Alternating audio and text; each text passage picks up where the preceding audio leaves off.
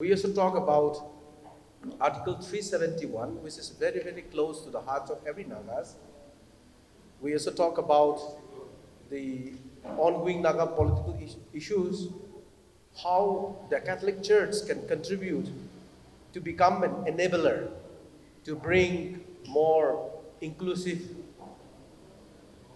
solutions to the ongoing Naga political issues, with the perspective of the Catholic social teaching based on the two main principles, core principle of the dignity of human person and second principle of participation. So these are the topics that we have covered today, and we as the Catholic Church, we will be making a statement of these different issues. We would like to request our bishop here. We are all presented here, the advisors of the Catholic Association of Nagaland, representative and of Nagaland Catholic Women Associations, Nagaland Catholic Youth Movement, and also represented by the priests and religious from far and near. We would be also writing to the government of Nagaland as well as the government of India matters relating to the state and also to the center government. We will be fine-tuning that statement later on, and then we will be submitting. We once again thank you for our press personnel for having taken the trouble of coming over here to cover this event and also to bring out the best positive vibe that will influence the society here in the state for the growth and inclusive development of the people here. Thank you, Sir Johnny, who is the President of the Catholic Association of Nagaland, CAN, that had organized this beautiful, inclusive seminar this morning on most and urgent and relevant topics that we are confronted with and we are dealing with. First and foremost, I'd like to thank all of the fraternity as well as the representative of various lay associations. Catholic Association of Nagaland, which is the apex body of the lay association, along with Nagaland Catholic Women Association and Nagaland Catholic Youth Movement. And some of you may be wondering why the Catholic Church have been silent so long on various issues. What I want to say is that the Church takes a unified and unanimous opinion on various issues. And therefore, though we are silent, we are not uninvolved. We are fully involved and we participate very actively. At the same time, we make our voice heard at the right time to the right people at the right forum. And today was a right forum where the whole Catholic Church was represented, the laity, the religious, the priests, as well as the bishop. And we are able to make our voice clearly heard. And as Sir Johnny said, we will be making a statement on all the issues that we have talked about. And all these issues are very relevant, very dear and affecting the lives of every one of us. And therefore, the issues that we have discussed and the statement that we will make will be the motivation and the framework in which the Catholic faithful of the Diocese of Kohima of the state of Nagaland will be moving, or the direction to which we are focused, so that our lives become truly not so much external show, but rather, as Jesus has told us, to be a light, to be salt, to be leaven, so that we are able to enlighten, we are able to give taste and ignite a positive energy following the teaching of Jesus, the values of the gospel, as well as the social teaching of the church. And as Johnny said, we base ourselves on two basic principles of human dignity, and participation. And all the topics that we are dealing with, the focus is always the human person. Each and everyone, excluding none, including everyone. And that is the principle by which the church moves or continues its mission of reaching out everyone, because we are all created in the image and likeness of God. We are not product of chance, but every human being is God's provident creation. And therefore we try to enhance our human dignity by your opinion, by your life, and much more by your mission of making known whatever is possible on the basis based on the gospel values. And of course, another aspect that we will be voicing will be about the Golden Jubilee of the Diocese, which will be celebrated externally on the 28th and 29th of October this year. The respecting the dignity of human persons. So another one will be participation. So while the government of the day, while charting out policies or laws, our statement is that there should be enlightened, there should be able to discern, not to dehumanize or not to disrespect the dignity of human persons. And we are participating in all these areas as enablers and not a deterrent. Solutions for the direction with which the Catholic Church will be moving, and the principle on which our life will be based or our opinions are based. And therefore it is not a resolution, but rather it's a direction that every Catholic must take to, hold on to, so that we are able to bring about an amicable solution to all the issues that we face. And we are all facing a lot of problems, both locally as well as nationally. And we hope that our statement will ease or enlighten all those who are groping or who do not know the real situation, so that they are able to hold on to certain values and the values of the church or the direction that the church gives to all the faithful. The UCC that we have discussed, the stand of the Catholic Church on UCC is that this UCC is an alien. We cannot be ruled by one law. When different people live together, there should be diversity should be respected, and diversity should be used to enhance our unity.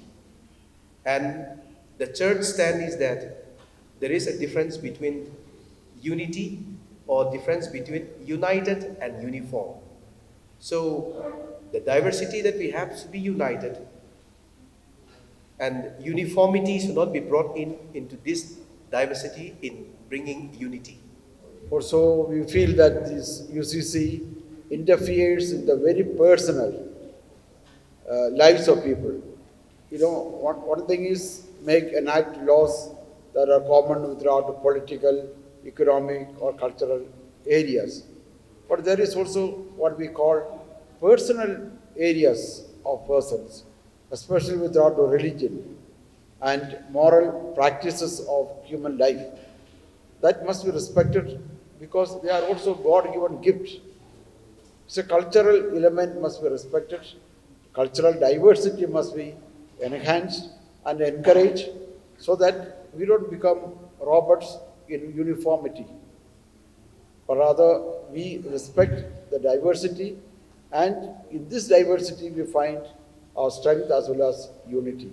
And thus the country grows, our society grows, not bringing about what we call monocultural elements as the core, the fulcrum on which the society moves, but rather we move on diversity, and diversity enhances our unity.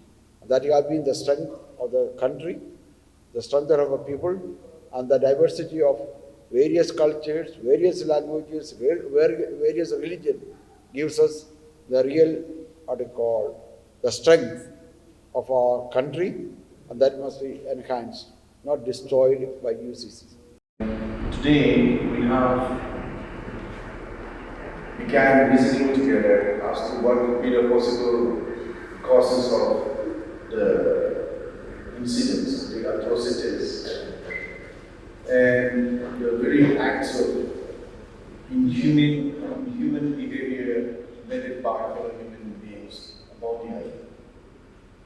The church collectively looked at it from, as our bishop and our president have said, from the principles of the dignity of the human person and from the principle of participation. Now, any act of defining the dignity of a human person by itself is an act of dehumanizing every human being, which, to our understanding, over which we have no right. And here, it is in the understanding of our discussion today that the church will work for peace and will also, as our Lordship has said, engage ourselves as enablers towards making our fellow brothers down there understand the need for peaceful coexistence, for immediate restoration of normalcy, and to also remember the fact that we are going to live together as neighbors. And it is always good to have good neighborly relationships amongst the people. And it would be in the interest of the people of that area, as well as of this region, and for the country at large, that peace is restored immediately. And for that, the view of the church is that the government must not waste time for engaging itself for restoration of peace. And that while working for peace, it should be, the objective of it should be also in the interest of justice. Why this topic was inserted is because of the prevalent misunderstanding of the article. We've been hearing some elected members saying that the article 371A regarding ownership of land is a hindrance to progress, things like that. And even some others saying that Article 371 has become redundant.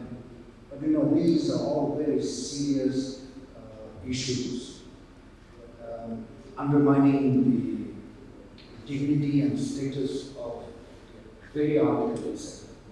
The article, as we came to know, did not come just like that. It has a history of conflict.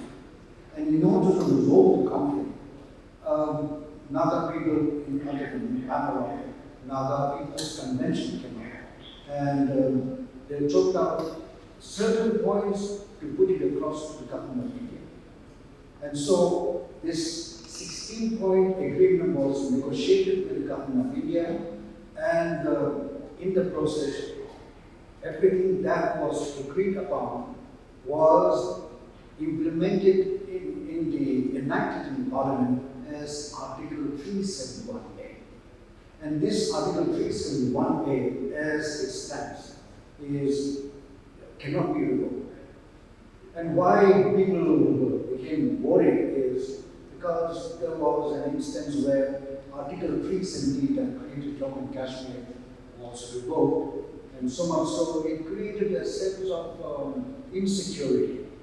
However, even in this regard, if we go through the text of this Article 370, we will find that the Article 370 Clause 3, even though it says that this article can be revoked by the President, however, there is a provision which says that only with the consent of the Assembly.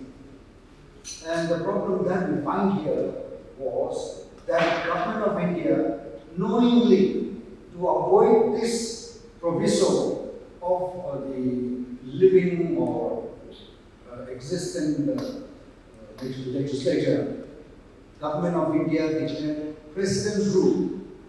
And so now there is no assembly. So there was no need to take consent from anybody. You know, these are all illegal steps that appears to be taken. And that's the reason why it is highly contested in the Supreme Court as of now. And so to have a clear mind and understanding on the Article 361A itself, which created the state of Nagaland, we thought it would be good to have this kind of seminar, and in the seminar, help the people to understand, and then understand the article thoroughly. And in fact, if you go through the whole of the text of Article 361A, we will find that what the ENPO areas are demanding is already inserted there.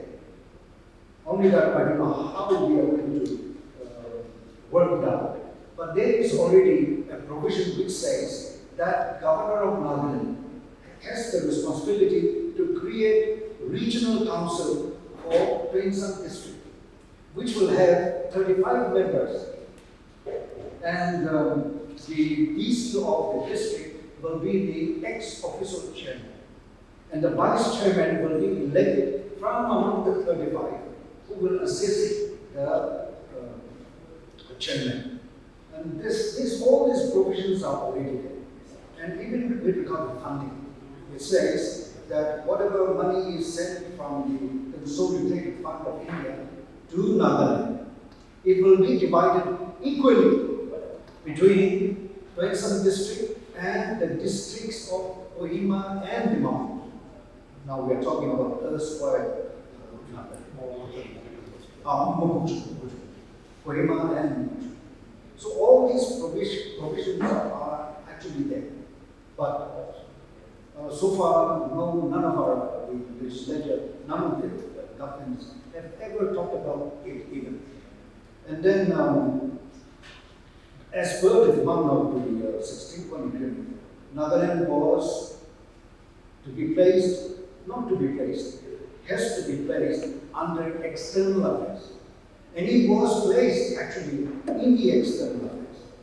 But by 1974, during the time of Indira Gandhi, and here in Nagaland, it was the NNO Council or UTF government of Okisha Sena. It was during that time, external affairs was brought down to home affairs. So these are the things which we wanted to let the members know what it is and what is not. And so that we have a proper perspective, proper understanding of all these things for a healthier and better way of living and going about. And